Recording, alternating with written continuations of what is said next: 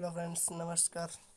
स्वागत है आप सभी का हमारे YouTube channel GK study by Avnish Pal में। और आइए आज शुरू करते हैं। आज का विषय है हमारा स्वस्थ भारत। और स्वस्थ भारत जब फिट रहेगा इंडिया तभी तो हिट रहेगा इंडिया। तो आइए कोविड-19 से लड़ने के लिए इम्यूनिटी सिस्टम को मजबूत बनाने के लिए कुछ टिप्स आप सभी को बताने वाले हैं।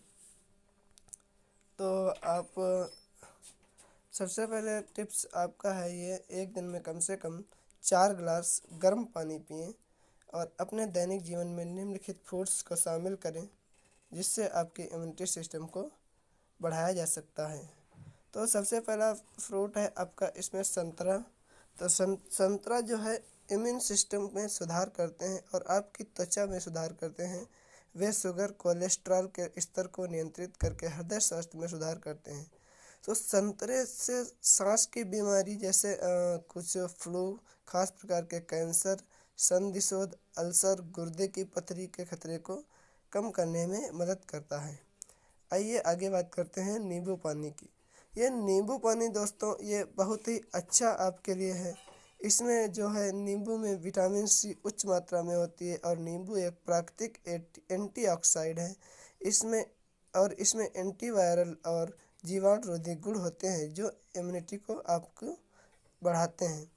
इसके बाद में बात करते हैं लहसुन की। लहसुन का उपयोग खाद्य पदार्थों के साथ साथ औषधि के रूप में भी किया जाता है। लहसुन में ऐसे गुण होते हैं जो आपके इम्यूनिटी सिस्टम को बढ़ाते हैं और रोगों से लड़ने में उनकी मदद करते हैं। अध्ययनों से यह पता चला है कि लहसुन रोग के जोखिम को कम करता है और बीमारियों से लड़ने के लिए शरीर के इम्यूनिटी सिस्टम को बढ़ाता है। लहसुन रोग के लक्षणों की गंभीरता को कम कर देता है। अब बात करते हैं पालक की। देखो दोस्तों, हरी सब्जियां जितना अधिक हो सके खाएं और उसमें एक सब्जी आती है जो पालक होती है। पालक न केवल विटामिन सी में अच्छा है बल्कि इसमें कई एंटीऑक्सीडेंट और बीटा कैरोटीन भी हैं जो हमारे इम्यूनिटी सिस्टम के संक्रमण से लड़ने में मदद करते हैं या लड़ने की क्षमता को बढ़ाते हैं। पालक को कम से कम पकाएं ताकि उस अपने पोषक तत्वों को बरकरार रखें।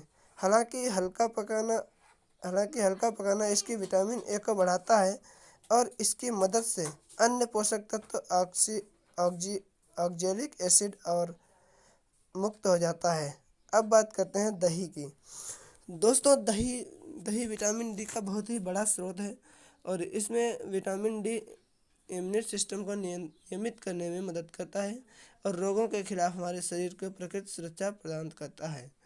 दही बायोप्रैक्टिक है का सबसे प्रसिद्ध उदाहरण है और आपके इम्यूनिटी सिस्टम को बढ़ाता है। इसमें प्रोटीन की अच्छी मात्रा होती है। बात करते हैं बादाम की। जब भी दोस्तों सर्दी जुकाम या कुछ भी होता है तो हम लोग बादाम खाते हैं। तो बादाम एक स्वस्थ नाश्ते के रूप में परिपूर्ण है और सलाद और दही में जोड़ा जाता है। बादाम में विटामिन ई की मात्रा अधिक होती है जो आपके शरीर को एंटीऑक्सीडेंट के रूप में काम करता है और इम्यूनिटी सिस्टम को कुशलता से कार्य करने में मदद करता है। बादाम में आयरन और प्रोटीन होता है जो आपके इम्यूनिटी सिस्टम के लिए ज़रूरी होता है। हल्दी का चूर्ण। दोस्तों हल्दी का दूध बहुत ही इम्पोर्टेंट है आप सभी के लिए और हल्दी उन गुणों से भरी होती है जो बेहतर इम्यून सिस्टम में योगदान करते हैं। हल्दी वाले दूध का सेवन आपके संक्रमण, सर्दी, फ्लू, कई अन्य स्वास्थ्य समस्याओं से बचाने में मदद करता है। विभिन्न अध्ययनों से यह पता चला है कि हल्दी वाला दूध दिमाग की कार्यप्रणाली को बढ़ाता है और याददाश्त में सुधार करता है। अदरक को इम्यूनिटी सिस्टम को स्वाभाविक रूप से बढ़ावा देने के लिए जाना जाता है। अदरक खांसी और सर्दी पैदा करने वाले वायरस से मुकाबला करने में मदद करता है। यह एक बेहतरीन डिटॉक्स भी है। अदरक की जड़ें आंतों की पथरी शांत करने में आंतों की गैस को खत्म कर देती हैं। Green tea. दोस्तों ग्रीन टी ये पॉलीफेनॉल्स नामक एंटीऑक्सीडेंट से भरपूर होती है और पॉलीफेनॉल्स कुशलता से संक्रमण से लड़ता है और संभावित वायरस संक्रमण और बीमारी के खिलाफ शरीर की रक्षा करता है। ग्रीन टी को शरीर और दिमाग को डिस्ट्रेट करके शरीर के इम्यून सिस्टम को बढ़ावा देने के लिए जाना जाता है। पपीता विटामिन विटामिन सी के साथ साथ विटामिन ए के साथ साथ फाइबर में उच्च फल है। पपीता केवल विटामिन सी आपकी दैनिक आवश्यकता का 100% से अधिक देता है, जो आपकी प्रतिरक्षा के लिए बहुत ही मदद करता है। अब बात करते हैं कुछ सावधानियां जो हम रख सकते हैं जिससे कि हम कोरोना वायरस से बच सकते हैं। स्वच्छता बनाए रखने के लिए अपने हाथों को नियमित रूप से धोएं और आपको स्वस्थ रहने में मदद करेगा, जो कि हम आपके अपने हाथों को धोने की सलाह देते हैं। जब आप पहले खाना बनाने जाएं तो उससे पहले आप अच्छे से साबुन से हाथ धोएं और खाना खाने से पहले अच्छे से हाथ धोना चाहिए।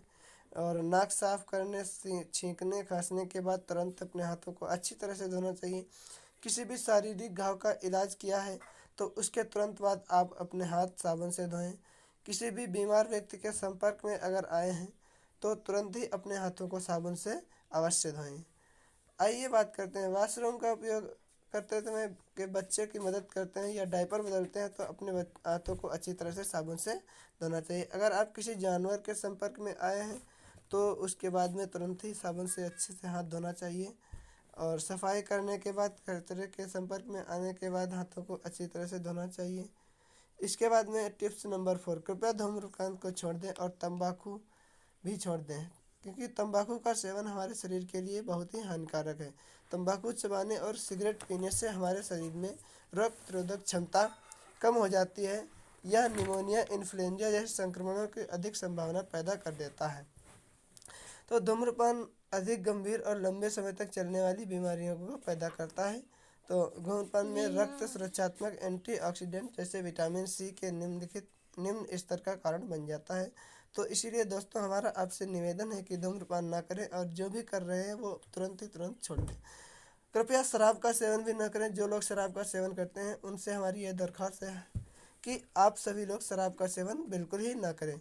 विश्व स्वास्थ्य संगठन ने कोरोना वायरस पर एक मिथक के बारे में बताया है कि शराब का सेवन कोरोना वायरस में खतरनाक है, और विश्व स्वास्थ्य संगठन ने साफ किया कि बार बार या अत्यधिक शराब का सेवन कोरोना वायरस से आपकी रक्षा नहीं कर सकता है। इसीलिए कृपया शराब का सेवन ना करें। और उसके बाद में बीमार लोगों के संपर्क में रहने से बचें। कोरोना वायरस एक श्वसन वायरस है जो मुख्य रूप से एक संक्रमित व्यक्ति की खांसी या छींकता है तो उसके बूंदों के माध्यम से लार की बूंदों के माध्यम से निर्वहन करता है। इसीलिए साफ एक मास्क पहने और बीमार लोगों से संपर्क में रहने से बचें। कम से कम 1 मीटर की दूरी बनाए रखें और अगर संपर्क हुआ है तो कृपया अपने हाथों को अल्कोहल आधारित सैनिटाइजर से साफ करें या उन्हें साबुन और पानी से अच्छी तरह से धो लें। अपने घर को अच्छी तरह से साफ करें। अच्छी गुणवत्ता वाले डिटर्जेंट पाउडर को अपने घर से साफ करना चाहिए। और योग के माध्यम से अपना ध्यान रख सकते हैं आप सभी लोग, और योग कर सकते हैं। खुद को शारीरिक रूप से सक्रिय रखें, व्यायाम करें। और व्यायाम शारीरिक गतिविधियों फेफड़ों वायुमार्ग के बैक्टीरिया को बाहर निकालने में मदद करता है। यह ठंड, फ्लू, अन्य बीमारियों को पकड़ने के अवसर को कम कर देता है। निम्नलिखित 5 व्यायामों को अपने घर पर पूरा कर सकते हैं आप। और ये देख सकते हैं जैसा कि आप पिक्चर में दिखाया गया है। प्लैंक कम से कम एक दिन में 60 सेकेंड के लिए करें और एक दिन में 20 स्क्वाट्स करें। एक दिन में 20 स्क्वाट्स करें और ये स्क्वाट्स करने के लिए ये इमेज का पालन करें। और एक दिन में कम से कम 20 पुशअप करें। एक दिन में 25 जंपिंग जैक्स और एक दिन में कम से कम 5 मिनट जॉगिंग। यह व्यायाम मज़ेदार और करने में आसान है। एक स्थान पर खड़े हो जाओ और दौड़ना शुरू करो, परंतु स्थान को ना बदलो। तो आप सभी दोस्तों का धन्यवाद जिन्होंने ये इस वीडियो को देखा है। और अगर आपको ये वीडियो अच्छा लगे तो अपने रिश्तेदारों और दोस्तों के साथ शेयर करें। और अगर अभी तक आपने हमारे इस चैनल को सब्सक्राइब नहीं किया है तो कृपया प्लीज़ सब्सक्राइब कर लें। और धन्यवाद आप सभी का।